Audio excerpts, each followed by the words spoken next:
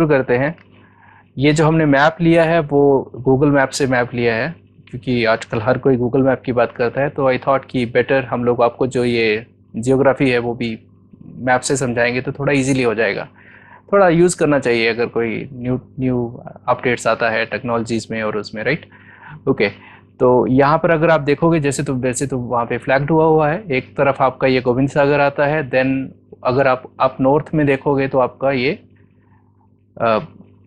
पोंग बांध आता है। ठीक है, ऊना जो है हमारा वो लगभग लगभग ऐसे जैसे पड़ता है, रफली रफली ड्रा कर रहा हूँ, ऐसे जैसे ऊना आपका पड़ता है, वो अगली स्लाइड में आपको दिखाता हूँ। ठीक है, तो अगर अगर उनकी बात करनी हो, डायरेक्शंस की बात करनी हो, तो यहाँ पे आपका हमीरपुर पूरब आता है, यहाँ पे आपका वेस्ट आता है, यहाँ पे आपका नॉर्थ आता है और यहाँ पे आपका साउथ आता है। तो ये डायरेक्शंस की बात कर लेते हैं। चलिए आगे चलते हैं। अगर आपका ऊना का मैप हम लोग इस गूगल मैप पे सुप्रीम पोज करते हैं या ओवरलैप करते हैं तो आपको ऊना लगभग लगभग ऐसा दिखेगा। हालांकि ये एग्जैक्टली वैसा नहीं है। अगली स्लाइड में मैंने एक बाउंड्री ड्रा करी हुई है which gives you more clarity कि इस मैप में ऊना कैसा दिखता है। चलिए अगले उसमें आ जाते हैं। तो जो ये है इसमें आपको क्लैरिटी से दिख रहा है कि जो मैंने ये आपकी येलो लाइन यहाँ पे लगा रखी है, ये सारी ऊना की बाउंड्री है। तो बेसिकली अगर आप ऊना का पिछला मैप देखोगे जो मैं दिखा रहा था आपको, तो समथिंग लाइक दैट, राइट, ऐसा जैसा शेप है, तो आप समझ पा रहे होंगे कि ये ऊना है। और यहाँ पे अगर आप देखोगे तो ये आपका ऊना आ जाता है, यहाँ पे आपका अम्ब आ जाता है। ठीक है, और ये चिंतपूर्णी है, माता चिंतपूर्णी का मंदिर है यहाँ पे, और यहाँ से एक शिवालिक पहाड़ी स्टार्ट होती है यहाँ से, और दूसरी पहाड़ी यहाँ से स्टार्ट होती है। ठीक है, तो बेसिकली थोड़ा थोड़ा आपको समझ आ गया होगा। और ये तो हमारा गोविंद सागर बांध है ही यहाँ पे, और यहाँ पे हमारा पोंग बांध है। चलिए आगे की बात कर लेते हैं।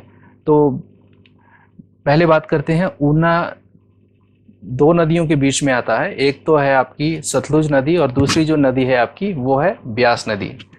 तो जो ऊना के अंदर सतलुज नदी तो बहती है, बट जो ब्यास नदी है वो ऊना के बाहर बाहर से चली जाती है। हालांकि जो ऊना का एरिया आता है, अगर आप यहाँ पे देखोगे तो ये आपकी ब्यास नदी ये यहाँ पे ये चली जाती है यहाँ से। ठीक है, ऊपर से आ रही है, ये सुजानपुर टीरा साइड से आ रही है, और ये नीचे यहाँ पे पोंग बांध बना के ये चली जाती है इस साइड को।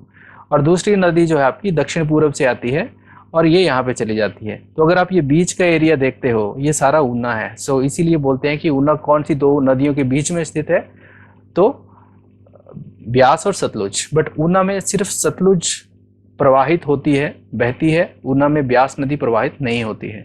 ठीक है, तो ये है। और अगर सतलुज की बात करें हम लोग, यहाँ पे थोड़ा सा ये देख लेते हैं कि टीम ने क्या क्या दिया है, मेरे को भी थोड़ा आइडिया हो जाएगा। ठीक है, तो जो सतलुज नदी है वो यहाँ पे अगर आप एक स्टेशन देखोगे दोस्तों, ऊना में लठियानी के करीब जो है वो पास होती है सतलुज, एंटर करती है ऊना में। और बंगाणा तहसील में है जो सतलुज, सॉरी लठियानी बंगाणा तहसील में है, वहाँ पे सतलुज एंटर करती है। और ऊना तहसील में एक स्टेशन आता है बरमोटी, वहाँ पे एक बहुत पुराना ब्रह्मा जी का मंदिर भी है। In case I had a chance to go there, मैं कभी गया था वहाँ पे, तो मेरे को याद है। तो ये गोविंद सागर झील के बिल्कुल किनारे पे मंदिर है। तो वहाँ पे जस्ट एक जीके का क्वेश्चन भी है कि ऊना में ब्रह्मा का मंदिर कहाँ पे है, तो वो बरमोटी करके एक जगह है। ठीक है, वापस आते हैं। तो बरमोटी में ये जो नदी है ये चली जाती है पंजाब में, एंटर कर जाती है। ठीक है, तो लठियानी में एंटर करी और बरमोटी में पंजाब में एंटर करी। ठीक है, लठियानी जो है बंगाणा तहसील में है, और जहाँ से एंटर करती है पंजाब में वो ऊना तहसील का पार्ट आता है। ठीक है, ब्यास नदी के बारे में बात करेंगे तो ब्यास नदी कांगड़ा में बहती है, ऊना में उसका कोई लेना देना नहीं है। ठीक है, चलिए आगे का वो देखते हैं।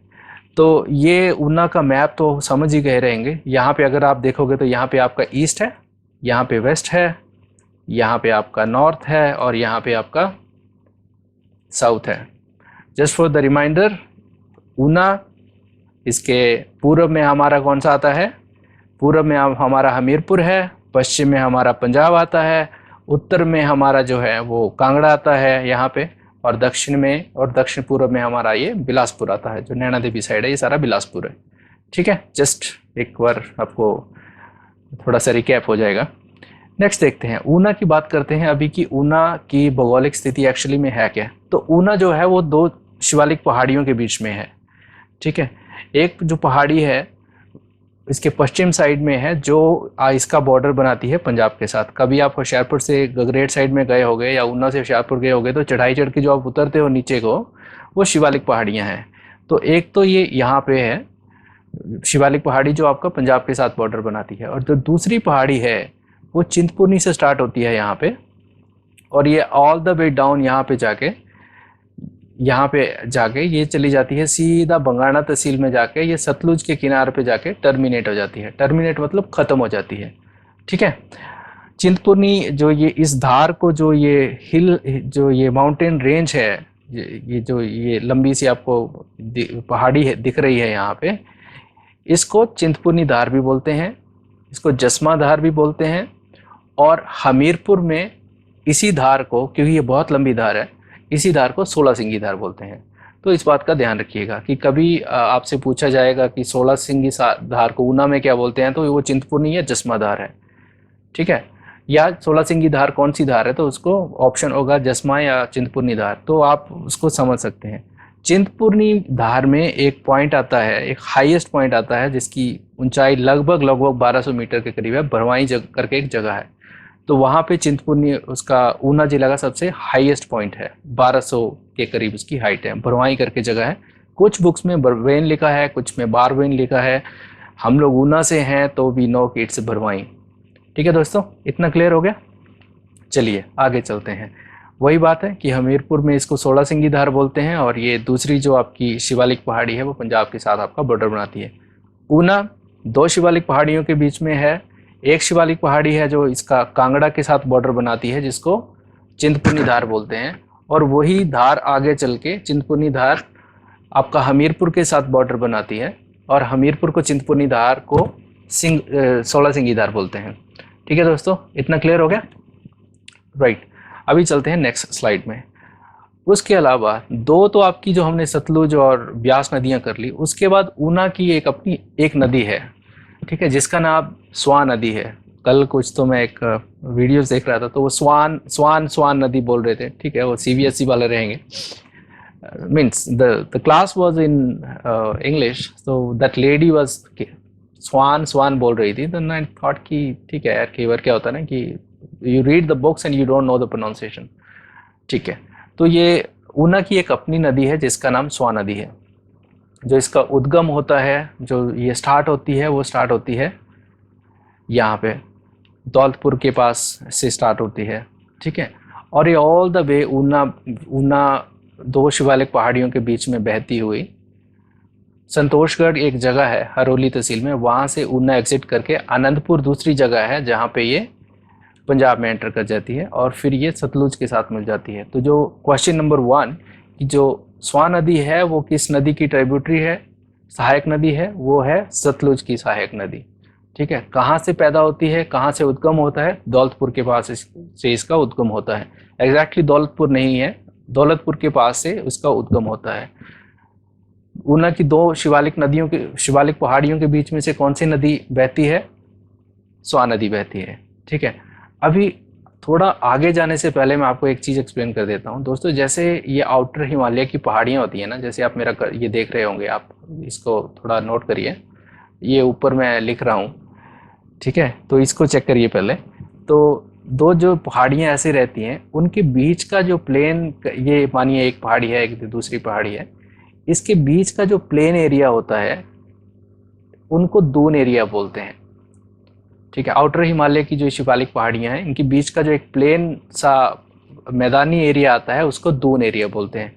वही कारण है कि इस एरिया को जसमा दून के नाम से बोलते हैं, क्योंकि आपकी एक तो जो शिवालिक पहाड़ी यहाँ पे आ जाती है, अगर आप मेरा कर्सर देख रहे हो यहाँ पे, ठीक है, एक तो ये पंजाब के साथ वाली शिवालिक पहाड़ी है, और दूसरी ये चिंतपूर्णी धार है, ठीक है जी। तो इसके जो बीच का जो ये एरिया आपको है, जो ये प्लेन एरिया है, अगर आप ऊना से हैं तो ये जो भी साड़ा, बहरा, आम, जलेड़ा, हरोली, तो ये सारा प्लेन एरिया है। तो इस एरिया को क्या बोलते हैं, दून एरिया बोलते हैं, ठीक है, दून एरिया बोलते हैं, ठीक है। तो क्वेश्चन आता है कि दून में जसमा दून से निकलने वाली कौन सी नदी है, तो वो स्वान नदी है। ठीक है, तो स्वान नदी से ज़्यादा कुछ नहीं आता है। और एक क्वेश्चन है कि स्वान नदी को ऊना का शोक भी कहते थे, सोरो ऑफ ऊना भी बोलते थे इसको। कई बुक्स में सोरो ऑफ हिमाचल भी लिखा है, बट वो कुछ ही बुक्स में है, बट नॉर्मली ऊना का शोक स्वान नदी को बोलते थे। उसके पीछे की जो स्टोरी क्या है दोस्तों, कि जब पुराने टाइम में 20-25 साल जब हम भी छोटे थे, तो जब ये स्वान नदी जो है ये एक मानसूनी नदी है, इसमें सिर्फ मानसून के टाइम में ही बहुत ज़्यादा पानी होता है, उसके अलावा इसमें बहुत ही कम मात्रा में पानी होता है। ठीक है, तो क्या होता था कि जब मानसून में शिवालिक पहाड़ियों पे बारिश होती थी, यहाँ पे चिंतपूर्णी धार वाले इसमें बारिश होती थी, या ये पंजाब बॉर्डर के साथ जो शिवालिक पहाड़ी है इसकी बारिश होती थी, तो ये सारा पानी जो है इनकी जो ट्रिब्यूटरी खड्डे हैं, ठीक है, तो खड्डों से चला जाता था स्वान नदी में। और ये क्या हो जाती थी कि ये मतलब इसमें बाढ़ आ जाती थी। ठीक है, क्योंकि बहुत सारी खड्डे इसमें जाती हैं, तो क्या करती थी कि ये दून एरिया में बहुत सारा खेती का नुकसान करती थी। ठीक है, तो उसके बाद किसानों को बहुत इससे नुकसान होता था। फिर सरकार ने इसका तटीकरण की योजनाएं स्टार्ट करी। तो अभी क्या है कि जो स्वान नदी है उसके किनारों को बांध बना दिए गए हैं, ताकि ये पानी बाहर ना जाए या कुछ ऐसा ना हो। ठीक है दोस्तों, और भी बहुत सारे प्रोजेक्ट ऐसे चल रहे हैं। अगर इसमें एक क्वेश्चन आता है कि स्वान नदी में कौन सा देश भारत की मदद कर रहा है, तो जापान एक देश है जिसके साथ हमारे स्वान नदी के बहुत सारे प्रोजेक्ट चल रहे हैं। कुछ चैनलाइजेशन के प्रोजेक्ट्स हैं, कुछ और प्रोजेक्ट्स हैं, तो जापान की मदद से ये स्वान नदी पे हम लोग ये कर रहे हैं।